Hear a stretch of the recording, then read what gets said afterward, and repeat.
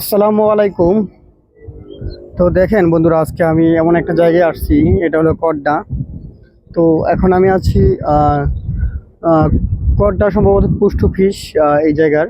তো এখানে পাশে আছে কড্ডা নদী। আর এখানে দেখেন বিগ গাড়ি দিয়ে ট্রাকে বালি তোলা হচ্ছে। তো এখান থেকে আসলে এই নদী থেকে বালি তোলা হয়। এই বালি থেকে কিন্তু বিভিন্ন জায়গায় বিল্ডিং তৈরির জন্য এই বালি কিন্তু খুবই সহায়ক। মানে এখানে বালি বিক্রি করা হয়, ঠিক আছে।